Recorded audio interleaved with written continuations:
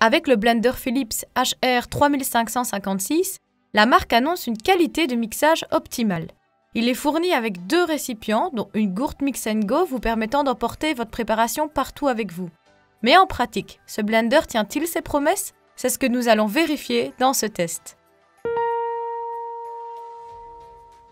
Le blender Philips est conçu avec une base en acier inoxydable, une molette en plastique et un récipient principal en verre, ce qui lui donne un aspect très qualitatif.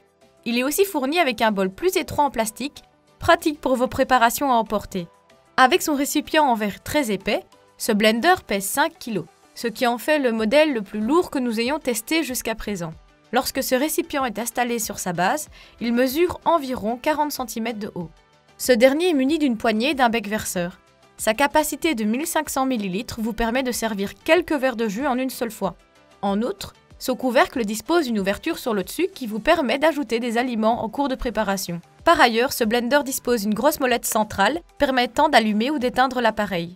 Elle permet aussi d'activer la fonction pulse ou une de ses 6 vitesses. Concernant le bol d'une capacité de 600 ml, celui-ci est fourni avec un couvercle permettant de transformer ce récipient en gourde.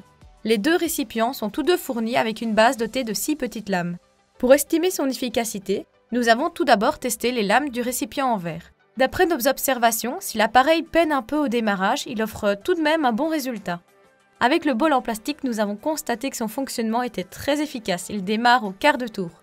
Niveau bruit, il émet à 90 décibels en min et à 94 décibels en max. Quel que soit le récipient utilisé, les différentes vitesses sont pratiques pour personnaliser la consistance des préparations. Nous notons juste que la fonction pulse n'est pas très utile car les autres vitesses suffisent et que le temps de préparation est plus long pour un résultat très lisse qu'avec un blender comme le Nutribullet qui possède des lames larges et épaisses. Nous apprécions également le fonctionnement sécurisé de ce blender.